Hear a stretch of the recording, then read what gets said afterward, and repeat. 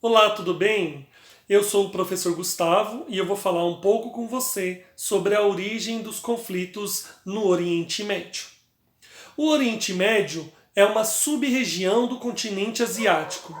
Está exatamente no sudoeste da Ásia. É uma região de estratégia comercial, porque está no meio do caminho entre o continente europeu, africano e o resto da Ásia. Também é uma região de interesse petrolífero, porque é possível encontrar petróleo em área continental no Oriente Médio, em área desértica, o que torna muito fácil a extração porque não precisa remover população, e é um petróleo com alto poder calorífico. Então isso atrai muito interesse estrangeiro. Nós também vemos ali no Oriente Médio uma diversidade muito grande. Por exemplo, a Turquia tem a maior população, aproximadamente 82 milhões de habitantes. E Iêmen, Catar, tem entre 4 e 5 milhões de habitantes. O índice de desenvolvimento humano também varia nessa região. Nós temos a Arábia Saudita com o IDH elevado, Israel com IDH elevado, Afeganistão e Síria e o Iêmen com IDH baixo. E isso se explica pelas questões históricas que assolam esses países. Atualmente nós vemos, por exemplo, a Síria, que está em uma guerra civil desde 2011. O que podemos falar mais sobre o Oriente Médio? O Oriente Médio são essas 15 nações ali do sudoeste da Ásia. Turquia, Síria, Líbano, Israel, Catar, Iêmen, Omã, Arábia Saudita, Irã, Iraque, são as nações que compõem essa sub-região do Oriente Médio. O Oriente Médio foi uma região de expansão do Império Muçulmano ou Império Árabe.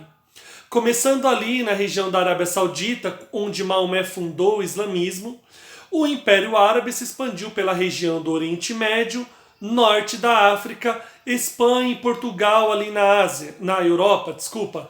Quando a gente escuta falar sobre os mouros, quando a gente estuda isso em história.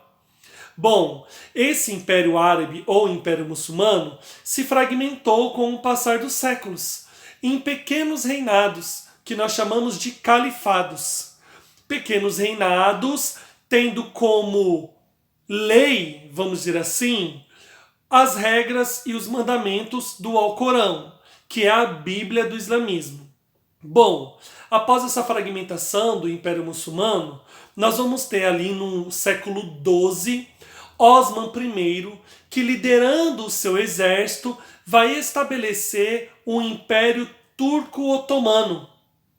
E esse Império Turco-Otomano durou até o início do século XX. Nós temos no início do século XX a Primeira Guerra Mundial, que vai enfraquecer o Império Turco-Otomano, o Império Austro-Húngaro, por exemplo. Então o Império Turco-Otomano vai se desmantelar ali no início do século XX. Nós temos a Turquia como a grande herdeira desse império. A partir do momento em que esse Império Turco-Otomano se fragmentou, aquela região do Oriente Médio, onde se localizam mesmo esses países que eu citei, ela ficou sob o domínio de países europeus. Esse domínio nós chamamos de mandatos. Então houve um mandato britânico e um mandato francês naquela região.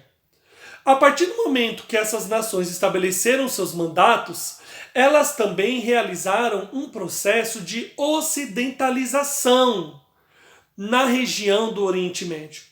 Do que se trata esse processo de ocidentalização? Se trata da forte influência cultural europeia sobre os países do Oriente Médio. Por qual motivo? Tendo essa população como mercado consumidor, justamente vai ser esse o interesse europeu, o interesse do mundo ocidental. Só que é lógico que parcelas da população do Oriente Médio não vão se sentir parte desse processo de ocidentalização. Vão se sentir ofendidos em suas tradições culturais, o que vai gerar nessa população uma aversão ao mundo ocidental, uma aversão a tudo aquilo que representa o estilo de vida, o estilo de organização social dos países europeus e dos Estados Unidos, por exemplo. Nós temos então esses mandatos estabelecidos principalmente pelos países europeus. Síria, Jordânia, Israel, Irã são exemplos de nações fortemente influenciadas por esses mandatos. A Arábia Saudita foi permitido ficar independente, desde que ela se submetesse às ordens e regras estabelecidas por esses países ocidentais. Inclusive, até hoje, a Arábia Saudita é um país pró-Ocidente, é um país parceiro do mundo ocidental. Nós vemos, inclusive, aproximação com os Estados Unidos, com a França, com o Reino Unido, o governo da Arábia Saudita, que, inclusive, é um país onde se localiza a família do Osama Bin Laden. Esse domínio vai, então, ser fortemente estabelecido ali no início do século XX, até que surge o movimento do pan-arabismo. O pan-arabismo se trata dos países do Oriente Médio, países em que tem boa parte de sua população árabe e islâmica, e até mesmo a população que não é árabe, ela está fortemente influenciada por essa cultura árabe e islâmica. Então o pan-arabismo vai ser um movimento político da década de 50 de união dos povos árabes. E eles vão desejar com que a influência dos países europeus do mundo ocidental saiam de suas nações. Inclusive, o movimento pan-arabista realiza fortemente a estatização do setor petrolífero. Em outras palavras, vão se criar empresas estatais, empresas dos governos dessas nações árabes para a exploração do petróleo. O que vai acontecer então? Empresas estrangeiras vão ter que sair fora, o que para esses países ocidentais vai ser um desagrado, perdendo o seu poder de exploração do petróleo ali no Oriente Médio. Inclusive, esse movimento pan-arabista, que foi liderado pelo presidente do Egito, Gamal Abdel Nasser, vai durar por muitos anos. O Gamal Abdel Nasser lidera esse movimento por 14 anos, por exemplo. E esse movimento pan-arabista tem forte atuação do Estado sobre a economia. Alguns países realizam reforma agrária, distribuição de terras para a sua população. Vai ter industrialização, embora não é uma forte industrialização, ela está em sua maior parte em volta da questão petrolífera. E eles não vão se alinhar no período da Guerra Fria. Então esses países que adotam o pan-arabismo não vão ficar do lado nem dos Estados Unidos, nem da União Soviética, nesse momento após a Segunda Guerra Mundial, em que eles disputavam a influência externa para o lado de países capitalistas ou socialistas.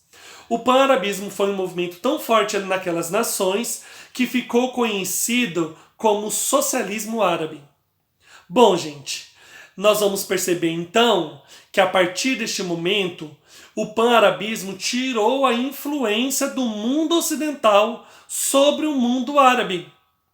Nesse momento, o mundo ocidental vai realizar algumas maneiras para interferir mais nessas nações. E dentro desse contexto, essa interferência do mundo ocidental com interesse em exploração de petróleo vai ocasionar alguns conflitos naquela região. Alguns conflitos que nós estudaremos nos capítulos a seguir. Por exemplo, conflito árabe-israelense, a Revolução Islâmica, que depois gerou a Guerra Irã-Iraque, a Guerra do Golfo de 1991, e nós temos também a rivalidade gerada entre povos palestinos e judeus. Isso nós vamos estudar nos próximos capítulos. Eu espero, nesses quase 10 minutos de aula, ter conseguido contribuir um pouco com vocês. Um grande abraço.